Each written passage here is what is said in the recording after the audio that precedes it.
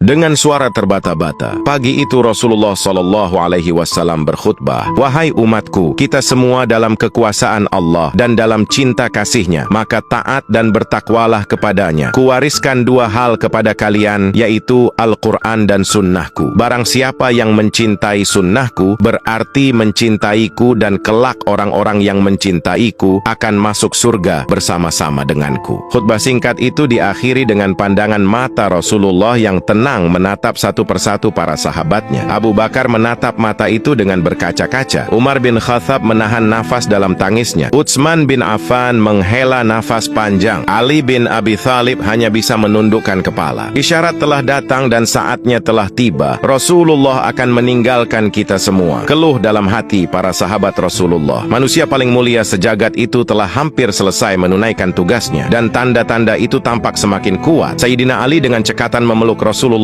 yang begitu lemah dan begitu goyah ketika turun dari mimbar. Matahari kian tinggi, tapi pintu rumah Rasulullah SAW masih tertutup. Di dalam rumahnya, Rasulullah tengah terbaring lemah dengan kening berkeringat membasahi pelepah kurma sebagai alas tidurnya. Tiba-tiba dari luar pintu terdengar salam. "Assalamualaikum, bolehkah saya masuk?" tanyanya. Siti Fatimah tidak serta-merta mengizinkan ia masuk. "Waalaikumsalam, maaf ayahandaku lagi demam." Ia kembali menemani ayahandanya yang ternyata sudah membuka mata sembari bertanya, "Siapakah dia, wahai anakku?" "Tak tahu ayahandaku, sepertinya baru kali ini aku melihatnya," tutur Fatimah dengan lembutnya. Lalu Rasulullah SAW menatap putrinya dengan pandangan yang menggetarkan, seolah-olah bagian demi bagian wajah putrinya ingin dikenangnya. "Ketahuilah Fatimah, dialah yang akan menghapuskan kenikmatan sementara, dialah yang akan memisahkan pertemuan di dunia, dialah malaikatul maut," kata Rasulullah. Seketika Fatimah berusaha menahan ledakan tangisnya. Ketika malaikat maut datang mendekat, Rasulullah menanyakan kenapa malaikat Jibril tidak menyertainya. Kemudian dipanggillah malaikat Jibril yang sudah bersiap di atas langit dunia untuk menyambut kedatangan ruh kekasih Allah yang begitu mulia ini. "Jibril, katakan apa hakku nanti di hadapan Allah?" tanya Rasulullah dengan suara yang teramat lemah dan lirih. "Pintu-pintu langit telah terbuka. Para malaikat telah menanti ruhmu. Semua surga terbuka lebar menanti kedatanganmu," jawab malaikat Jibril. Dan ternyata itu tidak membuat hati Rasulullah lega. Matanya masih begitu tampak penuh kecemasan. "Engkau tidak senang mendengar kabar ini ya Rasulullah?" tanya malaikat Jibril. "Katakan kepadaku bagaimana nasib umatku kelak?" lanjut Rasulullah. "Jangan khawatir ya Rasulullah. Aku pernah mendengar Allah berfirman kepadaku, 'Kuharamkan surga bagi siapa saja kecuali umat Muhammad telah berada di dalamnya,'" jawab malaikat Jibril. Detik demi detik semakin berlalu. Saatnya malaikat Israel melaksanakan tugasnya. Perlahan ruh Rasulullah ditariknya. Tampak sekujur tubuh Rasulullah bersimbah keringat. Urat-urat lehernya menegang. "Jibril, betapa sakitnya sakaratul maut ini," Rasulullah mengaduh lirih. Fatimah tak kuasa menatap ayahandanya. Dibiarkan matanya terpejam. Sayyidina Ali yang berada di sampingnya menunduk semakin dalam. Malaikat Jibril pun memalingkan muka. "Jijikkah engkau melihatku hingga engkau palingkan wajahmu ya Jibril?" tanya Rasulullah pada malaikat Jibril, sang penyampai wahyu itu. "Siapa yang sanggup melihat kekasih Allah direnggut ajal ya Rasulullah?" kata malaikat Jibril. Kemudian terdengar Rasulullah memekik karena merasakan sakit yang tak tertahankan. "Ya Allah, dahsyat sekali sakitnya maut ini. Timpakan saja semua siksa maut ini kepadaku, jangan pada umatku." Badan Rasulullah mulai dingin. Kaki dan dadanya sudah tak bergerak lagi. Bibirnya mulai bergetar seakan hendak membisikkan sesuatu. Ali segera mendekatkan telinganya kepada Rasulullah SAW. "Ushikum bisyalati wa ma malakat aimanukum." Aku berpesan kepada kalian, jagalah solat dan peliharalah orang-orang lemah di antara kamu. Di luar pintu, tangis pun mulai terdengar bersahutan. Sahabat Rasulullah saling berpelukan. Fatimah menutupkan tangan di wajahnya, dan Sayyidina Ali kembali mendekatkan telinga di bibir Rasulullah yang mulai tampak kebiru-biruan. "Ummati, ummati, ummati. Bagaimana nasib umatku, umatku, umatku. Inna lillahi wa inna ilaihi raji'un." Berakhirlah sudah riwayat hidup seorang manusia yang kemuliaannya tak ada yang menandingi. Seorang manusia pilihan yang telah memberi sinar cahaya terang dan membawa kita terbebas dari kegelapan. Sosok yang begitu cinta kepada umatnya. Di saat ajal pun Rasulullah tidak memikirkan anaknya, istrinya, atau yang lainnya. Dalam hatinya Rasulullah begitu gelisah memikirkan nasib umatnya.